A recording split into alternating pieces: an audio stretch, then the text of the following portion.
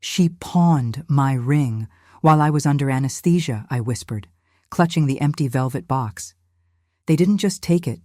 They traded my future for my brother's third motorcycle. My stomach turned when I learned they only got $4,200 for it, barely a third of its worth. And when I begged for the pawnshop receipt, my mother smiled and said, "You're being dramatic again." David stood frozen beside me. Then he took a step back and kept walking. I was humiliated, heartbroken. But I still had one thing they'd all underestimated. I keep records, every word, every receipt, every lie. And this time, I'm not cleaning up the mess. This time, they'll pay. My name is Laura Whitaker, and I'm 45 years old.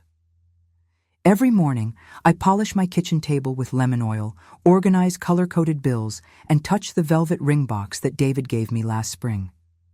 My parents, Charles and Linda, raised me to be responsible while my younger brother Evan drifted through life on charm.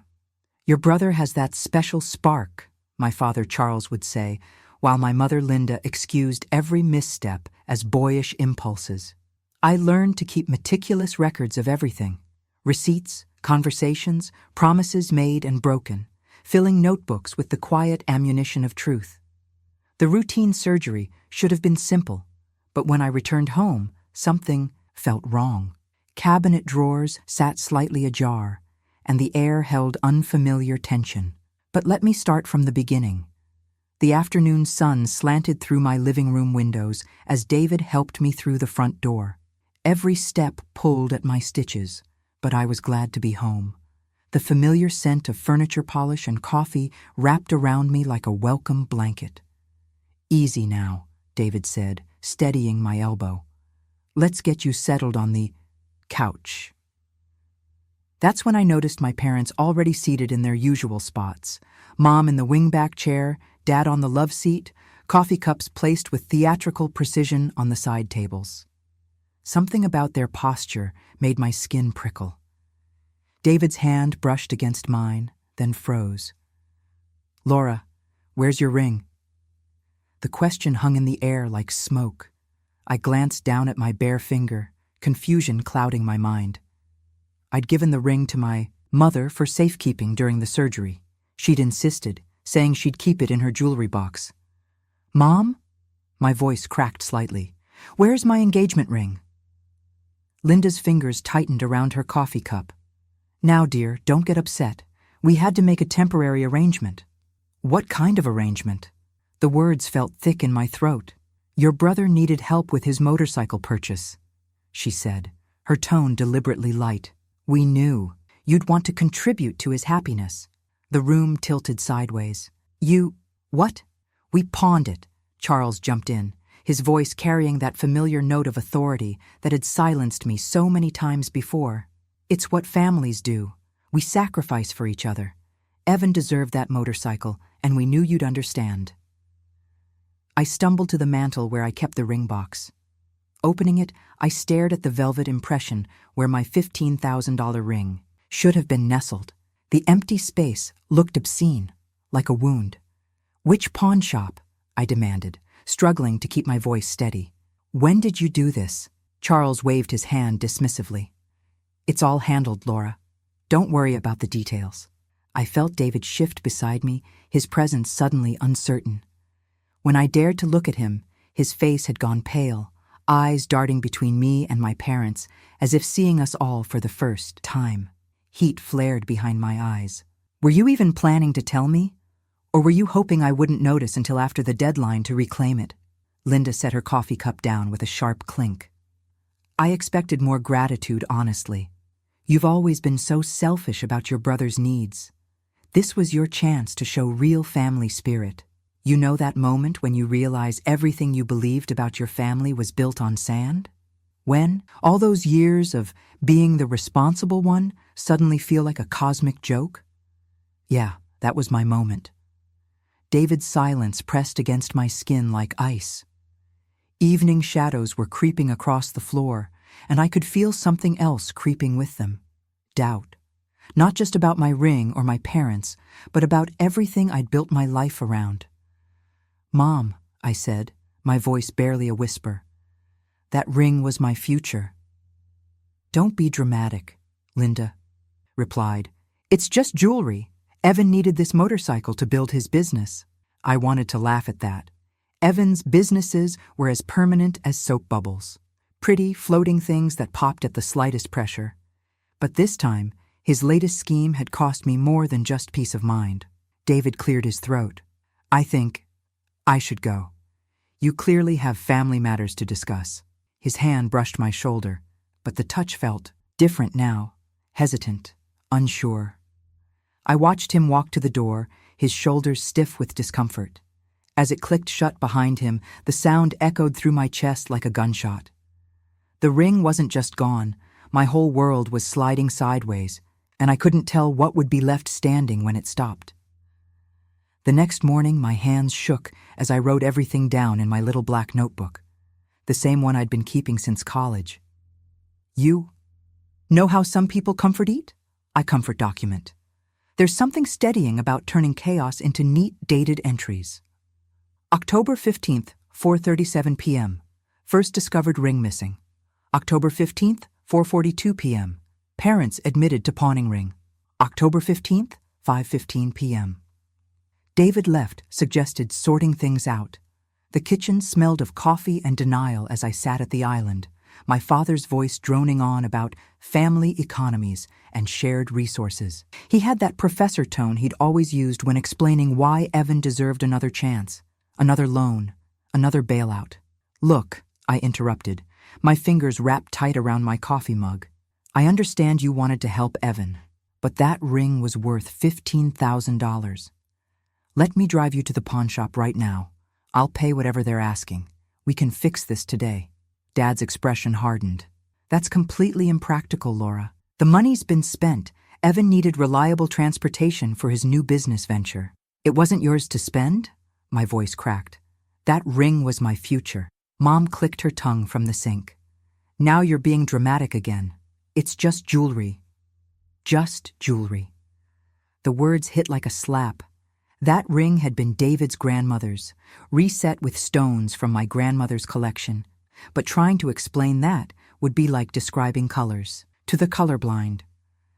I spent the next 2 hours calling every pawn shop within 20 miles. Each conversation ended the same way. Sorry, ma'am.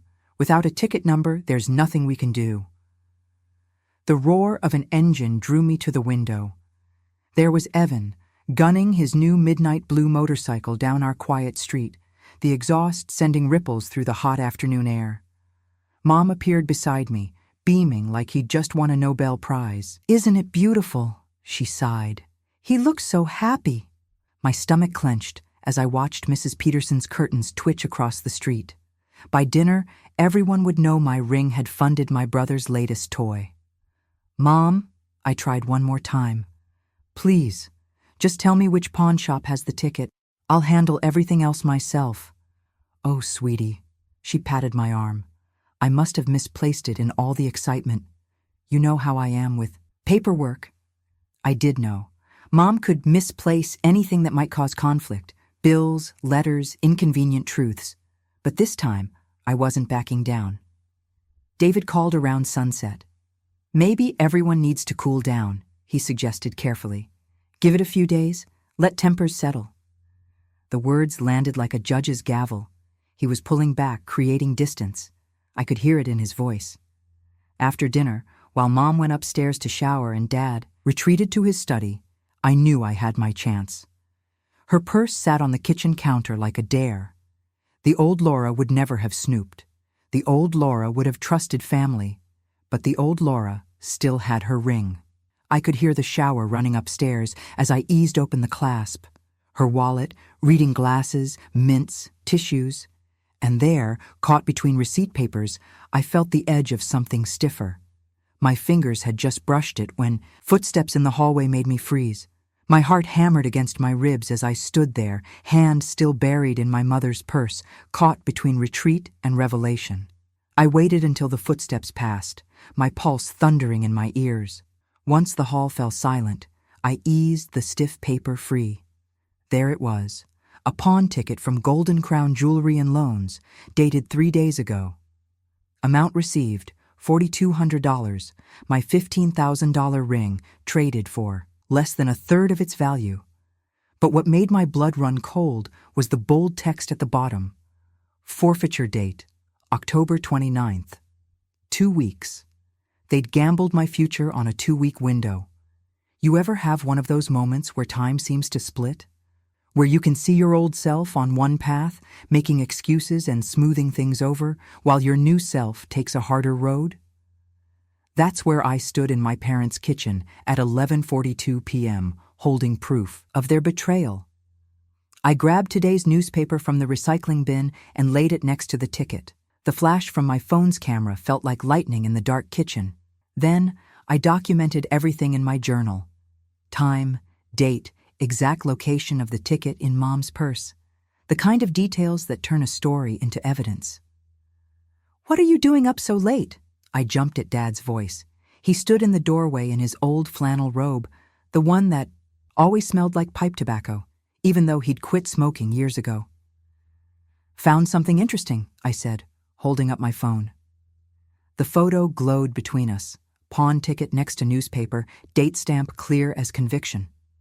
Mom appeared behind him, hair still damp from her shower. "You went through my purse?" Her voice wavered between outrage and fear.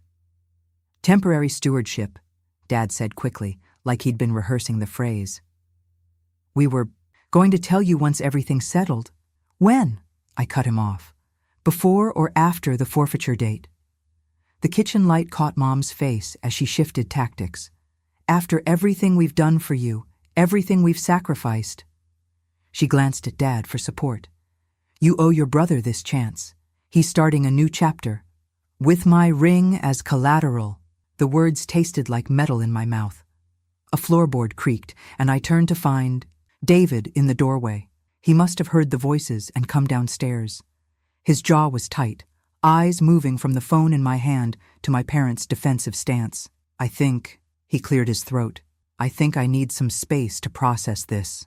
The floor seemed to disappear beneath my feet. I'd won and lost in the same moment, found the proof but watched it crack something vital in David's eyes. The next morning, Mom picked at her toast across the breakfast table. "That ring was too showy anyway," she muttered, not quite meeting my eyes. "Made the house look flashy." I laid my phone on the table, the photo of the pawn ticket glowing up at us. 2 weeks, I said, pointing to the forfeiture date. "That's how long I have to fix what you broke. And I will get it back." David's chair scraped against the floor as he stood. He hadn't touched his coffee. "Laura," his voice was gentle, the kind of gentle that precedes bad news. "Maybe we should, with everything that's happening, maybe we should postpone the wedding. Just until this settles." The word postpone echoed in my head like a bell tolling. I watched him gathering his keys, his jacket, his dignity. Each movement marked another small retreat. "How long?" I asked, but I already knew there wasn't an answer he could give that would make this better. He paused at the door, shoulders heavy with something between sympathy and doubt. "I don't know. I need time." The sound of his car starting, then fading down the street, felt like punctuation on a sentence I hadn't finished reading. I sat there, morning sun streaming through Mom's prized lace curtains, and felt time splitting again. 2 weeks to save my ring, but how long to save my marriage? Mom reached for the sugar bowl like nothing had happened. The spoon clinked against her cup with familiar precision, the sound of a clock ticking down. The next day, right at noon, I called the pawn shop. You know that moment when you're about to hear news that could change everything? My fingers were so tight on the phone they left smudges on the screen. "Gold and Diamond Exchange," a gruff voice answered. I cleared my throat.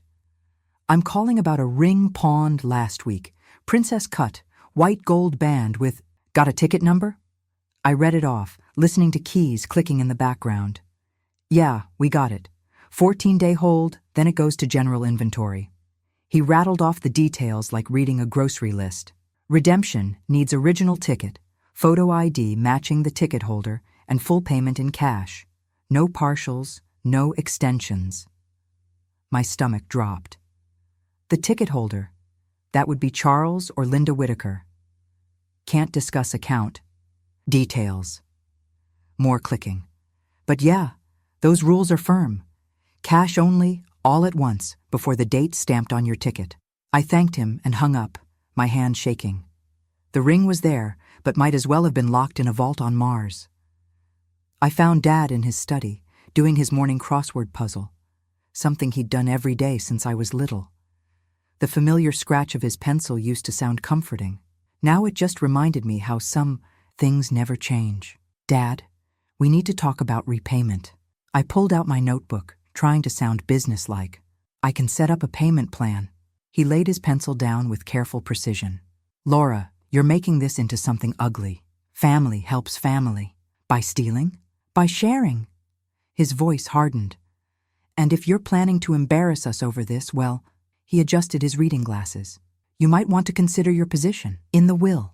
The threat hung there like smoke. I wrote it down word for word, noting the time. 12:47 p.m. Are you taking notes? Mom appeared in the doorway, frowning. Honestly, Laura, it's probably just the hospital anesthesia making you overreact. Remember how loopy you were after your wisdom teeth? I wrote that down too, my pen pressing hard enough to leave impressions on the next page. The house rattled with sudden noise. Evan's new motorcycle revving in the driveway. Music blasted from somewhere, probably his phone's speaker. Show-off mode, full display. My phone buzzed. A text from David. I need distance. 2 words. Might as well have been 2 bullets. I retreated to my home office, the one space that still felt like mine. My budgeting spreadsheet glowed on the screen, mocking me with its neat columns and color coding. The hospital copays had eaten through my savings, cushion like acid through paper. Even if I canceled every subscription, cut out every coffee run, and sold my backup laptop, I'd still be short. The forfeiture date on the pawn ticket seemed to pulse on my desk calendar, circled in red. 13 days left. Less than 2 weeks to somehow find enough cash to rescue my future from my past. Evening light bled through the blinds, painting stripes across my desk. I gripped the edge, feeling the wood, grain under my fingers, and tried to remember the last time I'd felt this helpless. Maybe never. I'd always been the responsible one, the planner, the fixer. But this time, the numbers didn't add up. The relationships didn't balance. The truth didn't set anything free. I crawled into bed that night with defeat sitting heavy in my chest. Maybe the ring was already gone, not just physically but symbolically. Maybe everything it represented, trust, promise, new beginnings, had vanished the moment my own parents decided their son's wants mattered more than their daughter's needs. The pawn ticket lay on my nightstand, edges curling slightly in the darkness. 13 days. The countdown felt like a timer on a bomb, ticking away what remained of my carefully built world. Evan's laughter jolted me awake, drifting through my window along with the rumble of that damn motorcycle. My head felt stuffed with cotton, the kind of bone-deep exhaustion that makes even simple choices feel like advanced calculus. You know the feeling? When your brain's running on fumes and everything looks harder than it should? I dragged myself to my desk and stared at my computer screen. The folder labeled Ring Documentation sat there, cursor hovering over the delete button. It would be easier to just let it go. Pretend none of this happened. Move on. My finger twitched away from the mouse. No. That's exactly what they wanted. Their dutiful daughter swallowing another serving of injustice with a side of silence. I opened a fresh document and started listing options, the way I'd done since high school whenever a problem felt too big to hold in my head. Personal loan?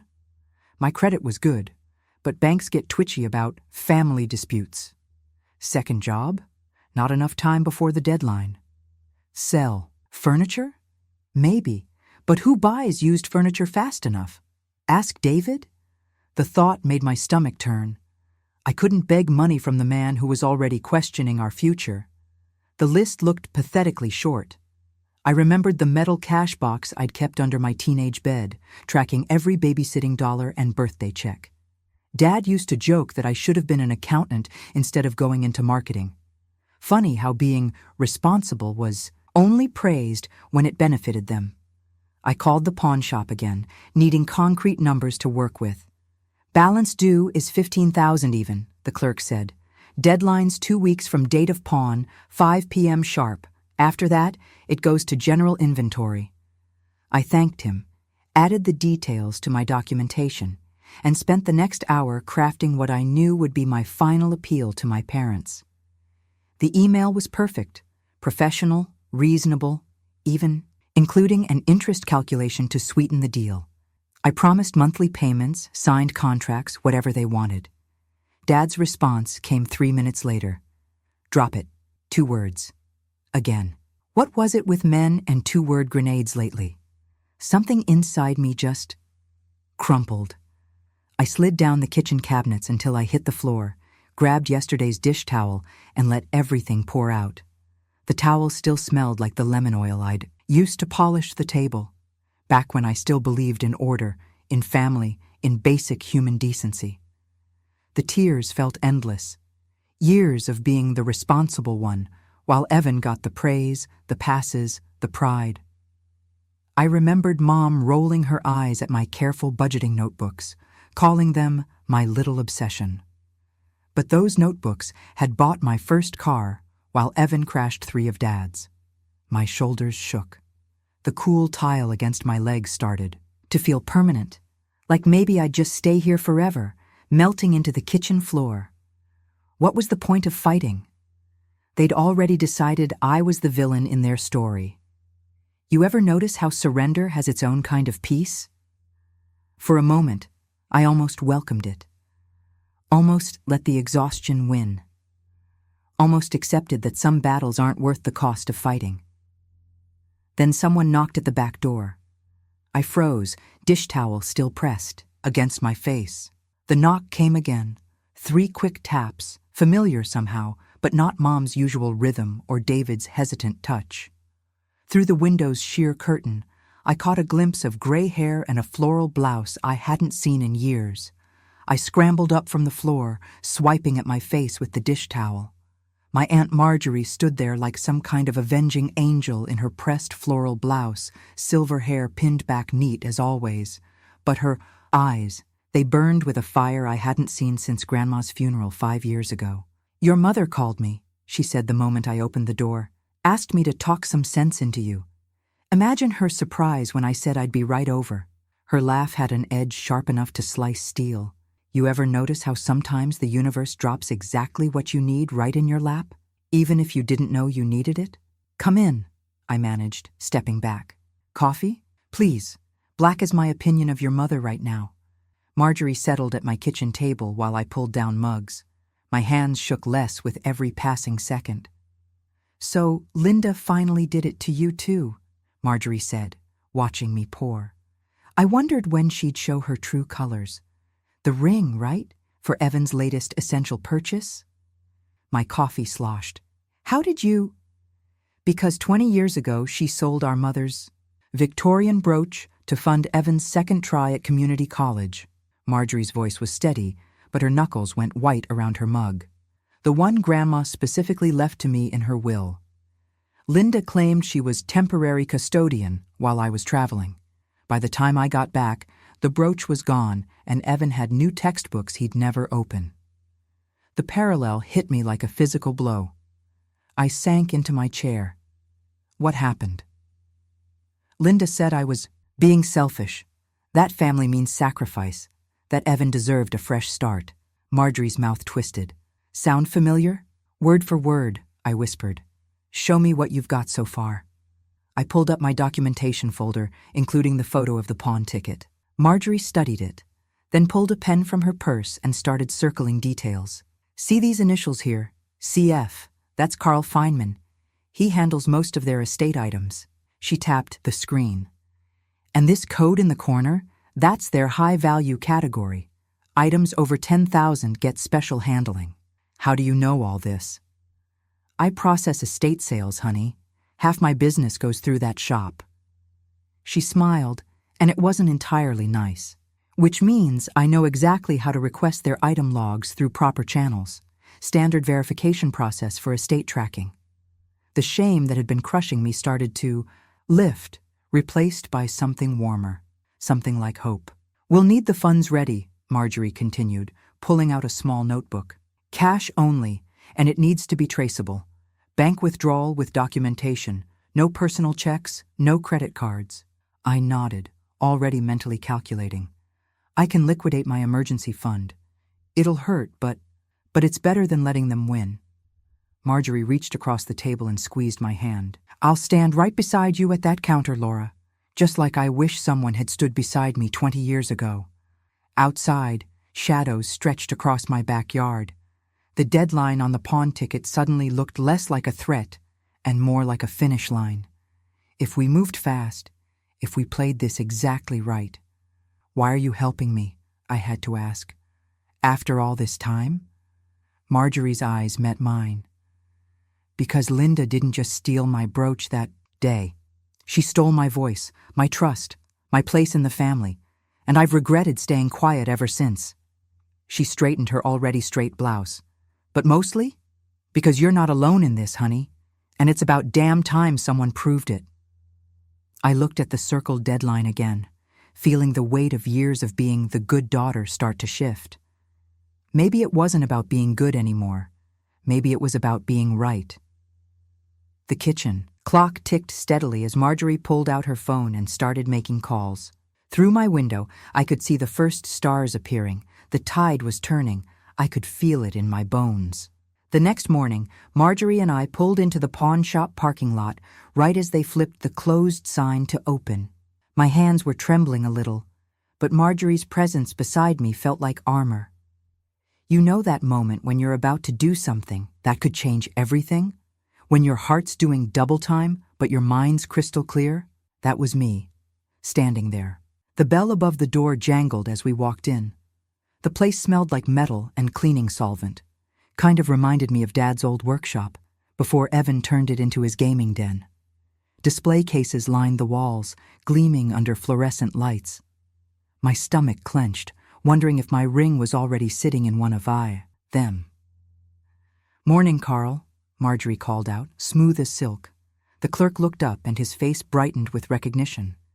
"Miss Kingston, didn't expect to see you today." He glanced between us. "What can I help you with?" Marjorie laid out her folder with practiced efficiency. "Need to verify some documentation on a recent intake. High-value category came in about 10 days ago." I watched Carl's expression shift from friendly to professional. He knew Marjorie's reputation in estate sales. You could see it in how carefully he handled her paperwork. "Let me pull the log," he said, disappearing into the back. "Breathe," Marjorie murmured. "We're just doing business." Carl returned with a thick binder and laid it on the counter. My heart nearly stopped when he turned to the right page. There was my ring, the photo exact in every detail. The description matched my insurance documents perfectly, right down to the serial number etched inside the band. "I'll need the manager to verify any high-value inquiries," Carl said, reaching for the phone. The manager, a sharp-eyed woman named Helen, appeared within minutes. She reviewed everything twice, then looked at me directly. "You understand our redemption policy?" she asked. "Full payment in cash, valid ID, original ticket, and it must be completed before 5 p.m. on the forfeiture date. After that, the item moves to general inventory." My throat felt dry.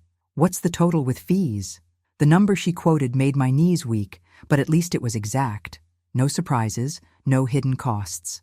"We'll want everything documented," Marjorie cut in smoothly. "Timestamps on the paperwork, printed receipts, witnessed signatures, the works."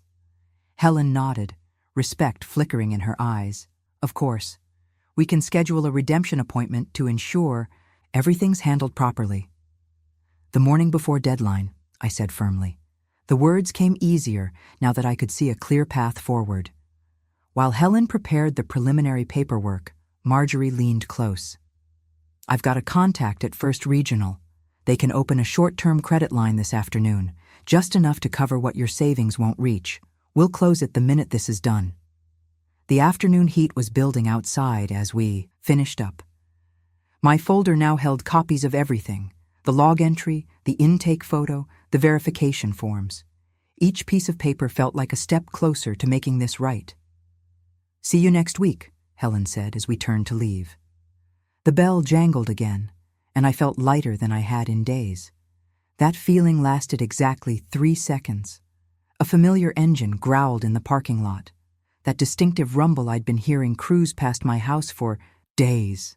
Evan sat astride his shiny midnight blue motorcycle, helmet tilted our way. Even through the tinted visor, I could feel his smirk. Marjorie's hand found my elbow. "Keep walking," she murmured. "He's just trying to rattle you." I straightened my spine and matched her pace to her car. Evan revved his engine once, twice, the sound bouncing off the strip mall's walls like mocking laughter. But this time, the noise didn't make me flinch. Every document in my folder was another brick in the wall between his games and my future. Let him play his little intimidation scene. I had proof, I had a plan, and most importantly, I had backup. The sun was setting when I heard Dad's car door slam, that distinctive crack that always meant trouble was coming. You know that sound, right? The one that takes you straight back to being 12 years old and knowing you're in for it.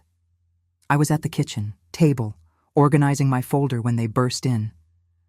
Mom trailed behind Dad like his shadow, her lips pressed into that thin line I knew too well. "What do you think you're doing?" Dad's face was flushed. "Going around town spreading lies about this family?" I kept my hands steady as I aligned my papers. The pawnshop visit was strictly business. "Business?" Mom's voice went shrill. "You took Marjorie there to cause trouble. She's poisoned your mind. Against us, just like she always does." 9 a.m. next Tuesday, I said, sliding the appointment confirmation across the table. "That's when I'm redeeming my ring. Everything's documented here. Intake photos, serial numbers, verification forms." Dad snatched up the paper, his hands shaking. "You think you can strong-arm us? Fine. You want to play hardball? I'll transfer Evan's savings bond today, the one I was holding for his down payment." He jabbed a finger at me. "And you can forget about any inheritance considerations. All of it. Gone." The threat hung in the air like smoke. Once, it would have choked me into submission, but something had shifted since Marjorie showed up at my door. "Charles." Marjorie's voice cut through the tension. I hadn't even heard her come in. "Theft isn't a valid estate planning strategy." Mom whirled around. "How dare you? We're trying to protect this family's reputation." "By stealing my wedding ring?" The words came out calm and clear. "That's an interesting definition of protection." Mom's hand shook as she pulled an envelope from her purse. "Sign this." She slid it across the table. "It's a simple agreement. We'll forget this unfortunate episode, and you'll stop spreading these horrible accusations." I didn't even touch it. "No, Laura." Dad's voice dropped low, his warning tone. "Think very carefully about what you're doing." My phone buzzed. A text from David. "Watching how this plays out. 3 years of love and trust reduced to passive observation." My chest ached, but I pushed through it. "I have thought about it," I said. "For 10 days I've thought about nothing else. And I'm done." I stood up, gathering my folder. "I'm staying at Marjorie's tonight, and next Tuesday I'm getting my ring back." "If you walk out that door," Dad started. "You'll what?" I turned back. "Take something else from me?" "There's nothing left to take." The kitchen shadows had grown long, stretching across the floor like bars. Mom was crying now, those silent tears she'd always used to make me cave. But they looked different somehow, smaller, less powerful. "Come on," Marjorie touched my arm. "I've got the guest room ready." We left them standing there, Mom clutching her envelope, Dad gripping the counter like it might save him from sinking. At Marjorie's house, everything smelled like lavender and old books. She'd already turned down the bed and set out fresh towels. It felt like stepping into a different world, one where people respected boundaries and kept their promises. I laid out everything I'd need for Tuesday: my black blazer, the one that makes me stand taller, the folder with every document, and the cashier's check I'd secured that afternoon. My checklist sat on top, each item numbered and clear. "You're doing the right thing," Marjorie said from the doorway. "I know." And for the first time since this started, I really did. Setting my alarm for dawn, I whispered the deadline hour like a prayer. 5 p.m. Tuesday. Just saying it made it more real, more possible. Morning couldn't come fast enough. "Please," I whispered to the darkness. "Just let tomorrow come, quickly." The morning felt different, cleaner somehow, like the first frost of winter. Marjorie and I pulled into the pawn shop parking lot just as the manager was unlocking the front door. The leather folder in my hands held everything: documentation, ID, and a cashier's check that represented every penny I could scrape together. You know that feeling when you're so focused, even your breathing seems loud? That was me, walking through that door. The familiar metallic smell hit us as we entered. Different items lined the shelves now, but that same fluorescent light made everything look slightly unreal.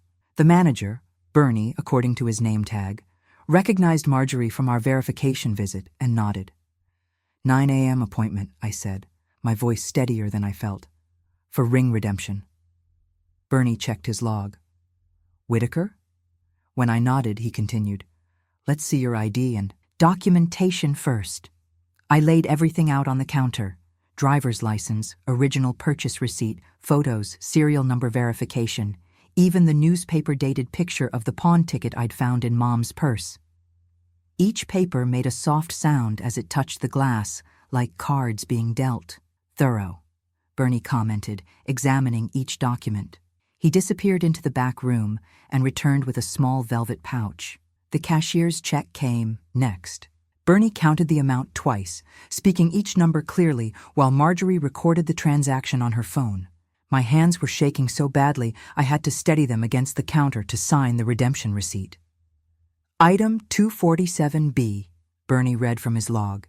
"Ladies' platinum engagement ring, 2.3 carat center stone, channel set side diamonds." He looked up. "Would you like to verify the condition?" I nodded, not trusting my voice. He pulled out a jeweler's loupe and gestured me closer. "See here?" He pointed as I peered through the magnifier. "Settings are secure. No scratches on the platinum. Stones are clear and properly seated." Marjorie's camera clicked softly, capturing the moment with the time-stamped receipt visible beside the ring. The sound anchored me somehow. Proof this was really happening. When Bernie placed the ring in my palm, the weight of it felt like coming home. We stepped outside into the morning light, and I held it up, watching the stones catch fire in the sun. My shoulders relaxed for the first time in days. "Let me see," Marjorie said, smiling. "Perfect timing, too. The light's just right for one more photo." I posed with the ring while she snapped a final picture, this one showing the pawn shop sign in the background. Evidence, yes, but also a milestone. The moment I chose dignity over peace. My hands had stopped shaking. I pulled out my phone and typed quickly, "Ring back, we need to talk tonight." I hit send before I could second-guess the message to David. "Now," Marjorie said, pulling out her tablet, "let's draft that family statement while everything's fresh." We sat on a nearby bench, and I dictated while she typed. "This morning, I legally reclaimed my wedding ring from Royal Pawn. The ring was taken without my knowledge or consent while I was hospitalized. Attached documentation proves both the theft and today's redemption. I am sharing this to correct any misunderstandings about the ring's disappearance." Marjorie attached the photos and verification forms. "Clear, factual, and backed by evidence," she said. "Charles and Linda can't spin this." The morning traffic was picking up as we stood to leave. A delivery truck pulled up to the curb, blocking our view of the street. When it moved, I froze. There was Evan, face red, arguing with a man in a navy jacket. The word repossession stretched across the back in bold white letters. They stood next to his precious motorcycle, or what used to be his motorcycle. "You can't just take it," Evan's voice carried across the parking lot. "I have papers." "Fraudulent papers," the repo man replied calmly, checking something on his clipboard. The financing application shows significant misrepresentation of income and assets. I watched my brother's face crumble as reality caught up with him.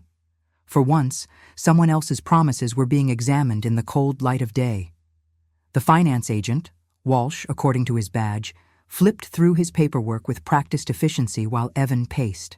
I couldn't help but notice how his navy jacket matched the motorcycle's paint exactly. "Let me break this down. Simply," Walsh said, tapping his clipboard. "The loan application listed collateral that doesn't exist. The down payment was marked as a family gift, but there's no documentation of the source." He glanced at his watch. The lender flagged multiple discrepancies during their audit.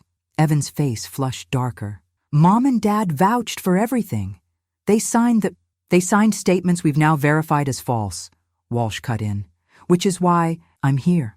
You know that moment when you see someone's carefully constructed story collapse? I was watching it happen in real time." Evan's shoulders hunched as Walsh continued explaining terms like misrepresentation and immediate surrender of property. Then Evan spotted me. "You!" He stormed over, finger jabbing the air. "You did this. You ruined everything because you couldn't let it go." I felt Marjorie step closer to my side, but I held my ground. "Documents did this, Evan. Real papers with real numbers." I held up my ring. "Just like these receipts proved what happened to my ring? Funny how facts work, isn't they?" He opened his mouth, but Walsh called over. "Sir, I need your signature on these surrender forms." While Evan dealt with Walsh, I pulled out my phone and opened my email. The draft Marjorie and I had prepared was waiting. I added our morning's photos, scanned copies of the redemption paperwork, and Dad's exact quotes about cutting me from the will. My finger hovered over send for just a moment before I hit it. The recipient list read like a family reunion. Cousin Sarah, Aunt Beth, Uncle James, the whole extended clan. I'd CC'd Marjorie for good measure, a witness they all trusted. My phone rang almost immediately. "Mom, Laura." Her voice wobbled between fury and pleading. "Do you have any idea what you've done? The family fallout from this?" "Stop." My voice came out calmer than I felt. "I'm setting boundaries now. No more demands for money, no more threats about wills, no more contact until you're ready to be honest." "But we're family." "Exactly. And family doesn't steal from family." I ended the call. Messages started rolling in. Cousin Sarah, "OMG, I'm so sorry this happened." Uncle James, "Disgraceful behavior." Aunt Beth, "Always knew Evan was their golden child, but this." Dad's silence spoke volumes. By afternoon, I was back home. The kitchen felt different somehow, cleaner, lighter. I opened the ring box and set it in the center of the table, right where the morning sun hit. The stones caught the light and scattered tiny rainbows across my receipts and documentation folder. Just breathe, I told myself. Just breathe. The doorbell rang at 6. David stood there, his expression carefully neutral. "Can I come in?" I stepped aside. He walked to the kitchen table, eyes fixed on the ring. "Did you do all this for revenge?" he asked quietly. "Choose getting even over moving forward?" Instead of answering, I opened the folder beside the ring box. "Read it," I said. "All of it. Then ask me that question again." He sat down and started reading. I watched his face as he went through the timeline, the photographs, the documentation of every lie and threat. The sunlight was fading outside, but I didn't turn on the lights. Some moments need their own kind of clarity. I waited, my heart beating steadily, for his answer. David read like someone defusing a bomb, careful, methodical, taking in every detail. The kitchen had grown dark enough that he had to lean closer to the pages, but I didn't dare break his concentration by turning on lights. He lingered on the pawn, intake photos, traced a finger over the redemption receipt's timestamp, and finally looked up. His eyes had that raw look you get when truth hits hard. "I backed away," he said quietly. "When I saw you spiraling with your family, I got scared, convinced myself I couldn't help steady things. I was spiraling," I admitted, until Marjorie showed up and gave me a framework, something solid to build on. I tapped the folder. She helped me see That proper documentation isn't just paperwork. It's protection. It's truth with teeth. David nodded slowly. That text I sent about postponing. He winced. I took the coward's way out. Instead of standing with you, I stepped back. I'm sorry, Laura. The admission hung between us, honest and uncomfortable. Outside, a car rolled past, its headlights briefly illuminating the kitchen before leaving us in deeper shadow. Do you... He cleared his throat. After watching me hesitate like that, do you still want a future with someone who didn't have your back right away? I thought about it carefully. Yes, I said finally. If we both understand that accountability goes both ways, I need to know you'll face things with me, not step back when it gets messy. I can do that. His voice was steady now. But I need to ask. That ring. He gestured to the velvet box. Does it still mean hope to you? Or has all this turned it into something that just hurts? Instead of answering, I slid the box across the table to him. The velvet made a soft whisper against the wood. David stared at it for a long moment. I want to place this ring on your finger again, he said. Soon, at a ceremony that's small and honest. Just the people who've earned the right to be there. My phone buzzed.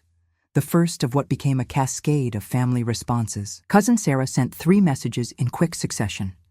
This is absolutely disgusting behavior.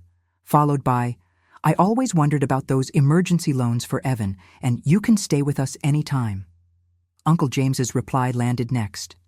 Charles and Linda have lost their minds.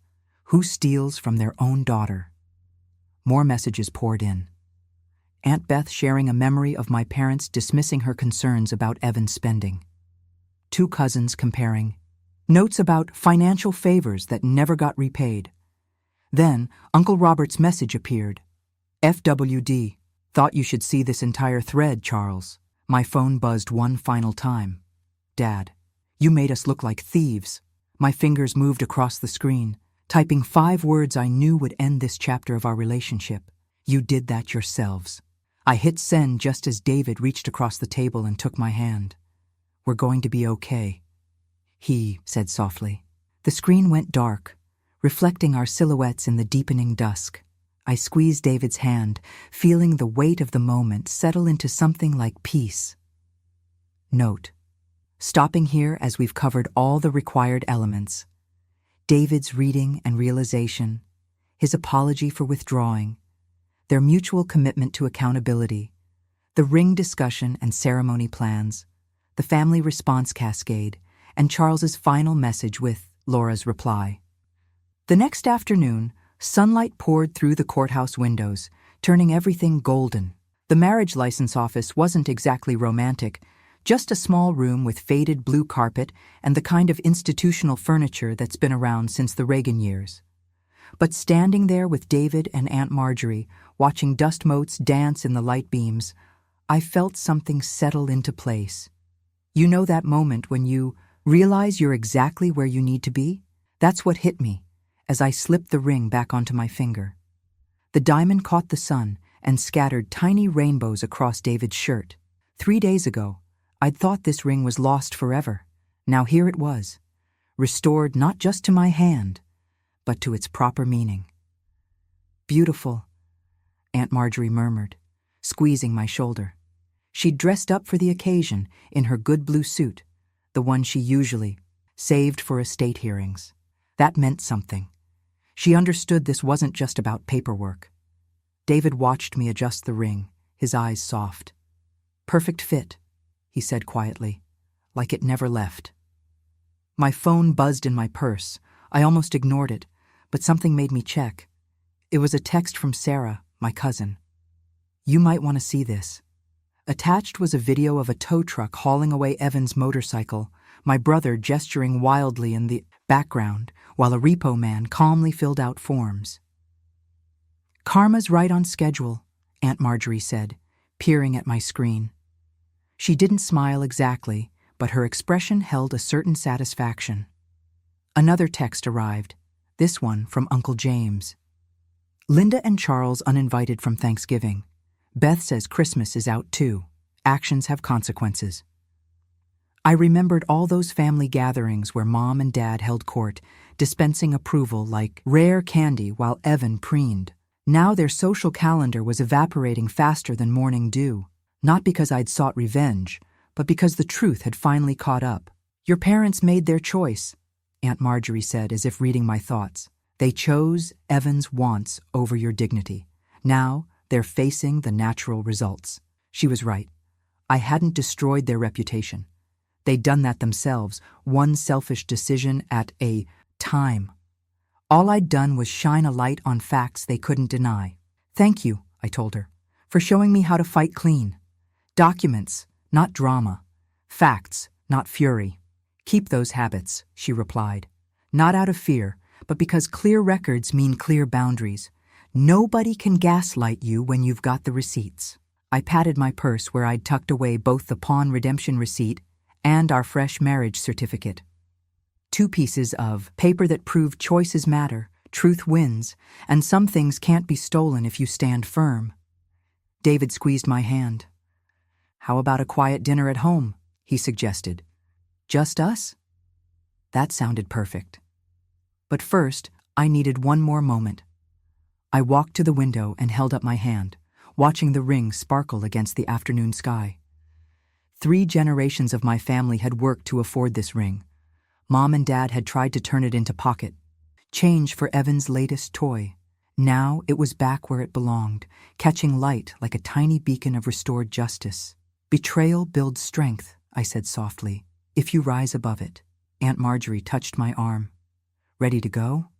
I nodded, letting my hand drop. The ring felt solid against my skin, not a weight anymore, but an anchor. It didn't represent what my parents had tried to take. Instead, it stood for what I'd fought to reclaim. My dignity, my boundaries, and my right to protect what matters. David held the door, and together we stepped into the sunlit afternoon. Sometimes the best victory isn't about making others lose. It's about refusing to let them make you lose yourself.